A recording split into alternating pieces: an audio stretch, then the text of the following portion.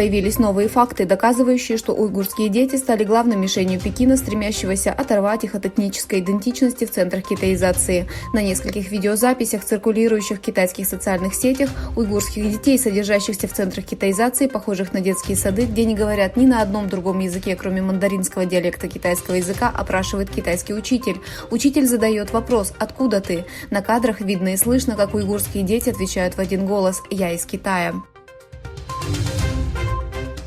Судя по видеозаписям, взятым из китайских социальных сетей, китайский режим продолжает использовать уйгурскую молодежь в качестве рабов для производства электротоваров в мастерских в разных провинциях Китая. Видеороликами в своем личном аккаунте поделилась свидетельница лагеря Зумрет Давуд. Женщина подтверждает, что уйгурскую молодежь, упоминаемую в международных отчетах, вывезли в Восточный Туркестан или китайские провинции, принудили работать на китайских фабриках. Согласно информации, сотни уйгурских мужчин и женщин, которых заставляли работать в Восточном туркестанском филиале вэйхайцзуйской компании по рыболовству, контролируемой Коммунистической партией Китая, заставляли хором петь государственный гимн страны. Судя по изделиям, произведенным уйгурами, большинство этих мастерских принадлежало иностранным брендам.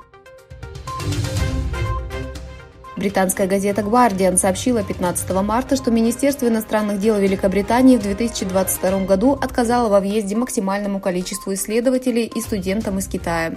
В 2016 году отказы в визах получили 13 граждан Китая, в 2020 году 128 человек, а в 2022 году 839 студентов и 265 исследователей. Согласно отчету, это связано со строгой позицией британского правительства в отношении научно-технических связей с Китаем. Согласно новостям, ведущие британские исследовательские институты закрыли свои двери для Китая после того, как 5-я разведывательная служба Великобритании сообщила об усилении китайской шпионской деятельности в Великобритании.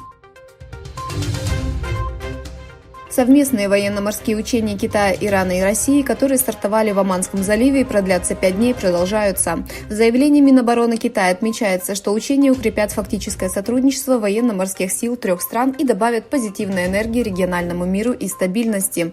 В заявлении указано, что учения проводились в районе, где Индийский океан соединяется с Персидским заливом и где расположены береговые линии Ирана, Пакистана, Омана и Объединенных Арабских Эмиратов. Южная Корея сообщила, что Северная Корея запустила баллистическую ракету большой дальности в направлении Японского моря. Генштаб Южной Кореи сообщил, что баллистическая ракета большой дальности была запущена из района Сунан недалеко от столицы Пхеньяна в 7 часов 10 минут утра по местному времени. Минобороны Японии подтвердили, что ракета, пролетев в воздухе 1000 километров, достигла высоты 6000 километров и упала за пределы исключительной экономической зоны Японии в 8 часов 20 минут утра по местному времени.